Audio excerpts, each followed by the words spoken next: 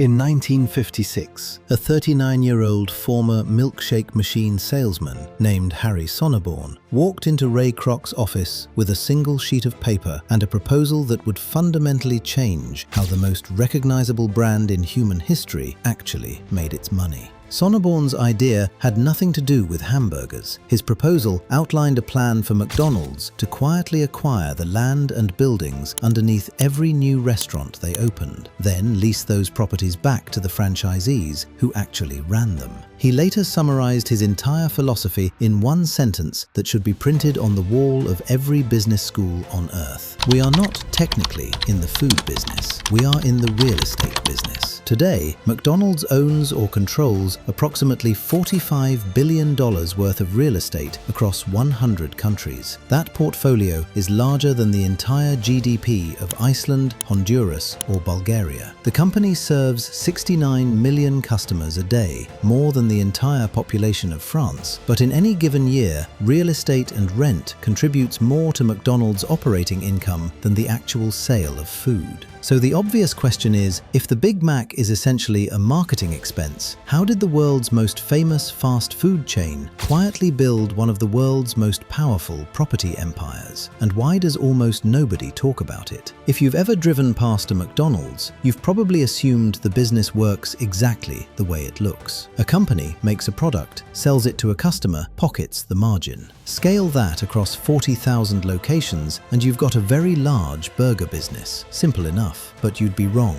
or at least significantly incomplete. McDonald's doesn't primarily make money when you order a quarter pounder. They make money the moment a franchisee signs a lease on the building underneath the restaurant they're operating. The burger is almost incidental. It's the foot traffic justification for owning the real estate in the first place. Once you understand the mechanics of how this actually works, you'll find it very difficult to look at the golden arches the same way again. This matters beyond being an interesting piece of corporate trivia, because what McDonald's figured out is a playbook that has since been quietly copied by some of the most powerful and durable companies in the world. Understanding it tells you something genuinely important about how lasting wealth is actually built, not through selling products, but through controlling the infrastructure those products depend on. If you've ever wondered why certain businesses seem completely indestructible, regardless of how average their product gets, this is almost certainly your answer.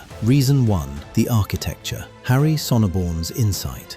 In the early 1950s, Ray Kroc was a struggling milkshake machine salesman who'd stumbled onto the McDonald Brothers operation in San Bernardino, California. He saw the potential immediately, a ruthlessly simple, replicable system. The problem was capital. Franchise fees alone weren't generating enough cash to fund the national expansion Kroc had in mind, and franchisees were capturing most of the profit at the location level. Sonneborn recognized what Kroc had completely missed. The limiting factor wasn't the franchise model, it was the real estate, and whoever controlled the real estate would ultimately control everything. His solution was structurally elegant. McDonald's wouldn't just license its name and operating system, it would identify and secure the land or building first, either purchasing outright or entering a master lease, then sublease that property back to the franchisee at a markup. The franchisee would pay McDonald's rent as a percentage of gross sales, and McDonald's would use that income to service the underlying mortgage, pocketing the spread as near pure profit. This meant McDonald's was effectively getting paid twice from every single location, once through franchise fees tied to sales, and again through rent on the physical property, regardless of whether the restaurant was thriving or struggling. Sonneborn, not Kroc, was the true financial architect of the McDonald's empire. Kroc eventually admitted as much, begrudgingly. Reason 2. The location intelligence machine.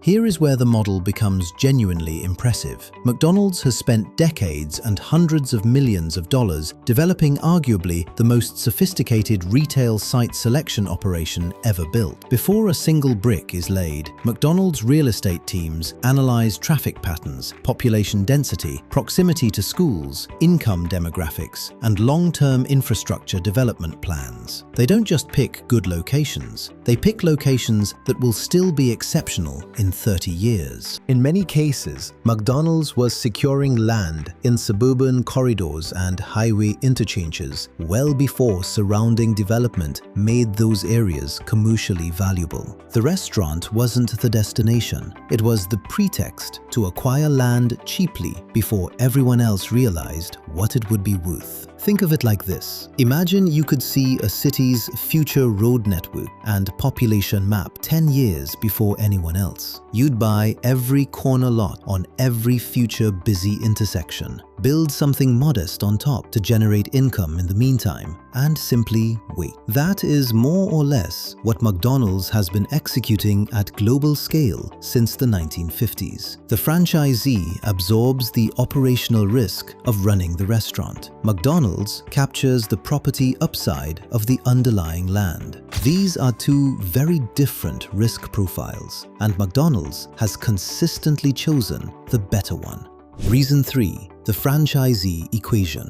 To understand why this model is so powerful, you need to understand the financial reality of the average franchisee. Opening a single McDonald's will cost between $1 and $2.3 million in upfront investment, equipment, fit-out, working capital, and training fees. On top of that, you'll pay McDonald's a royalty of roughly 4 to 5% of gross sales every month, plus rent of around 10 to 15% of gross sales. On a restaurant doing $3 million a year, roughly the US average, you could be sending up to $600,000 back to McDonald's Corporation before paying a single staff member, ordering a single bag of potatoes, or covering a single utility bill. The franchisee carries all the operational complexity, the labor disputes, the equipment failures, the health inspections, the difficult customers. McDonald's collects rent whether the restaurant posts record sales or its worst quarter in a decade. It's a little like being a landlord, except your tenant also does all the maintenance, manages all the staff, handles every regulatory headache, and still pays you a percentage of everything they earn on top of the base rent. In almost any other context, we would call that an extraordinarily good deal for the landlord.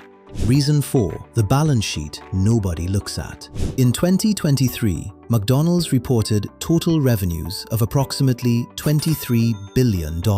Of that, roughly $14 billion, over 60%, came from franchised restaurants through rent and royalties, not from selling food directly. Their company-operated locations exist largely as operational testing grounds rather than primary profit drivers. Their property and equipment on the balance sheet sits at over $23 billion in net book value. Their long-term debt is substantial, but almost entirely secured against real estate that has appreciated consistently for 7 decades across the highest traffic commercial corridors on Earth.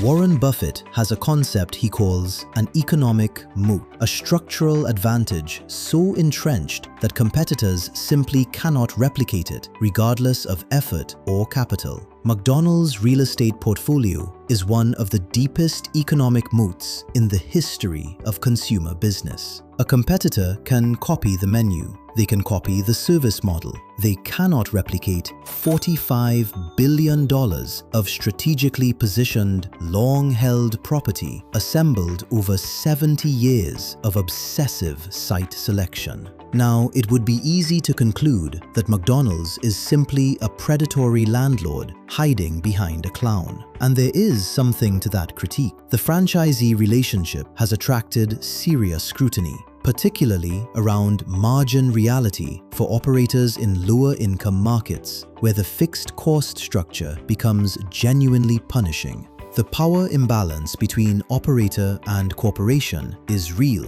intentional, and worth understanding clearly. But the more important takeaway is structural. McDonald's discovered what every truly durable business eventually figures out: that lasting money is almost never in the product itself. It's in the infrastructure the product depends on. Amazon figured this out with AWS. Apple figured it out with the App Store. Visa figured it out with the payment network. McDonald's figured it out in a San Bernardino parking lot in 1956. The sesame seed bun was always just the mechanism for justifying the real play. The burger gets you in the door. The real estate keeps you paying forever.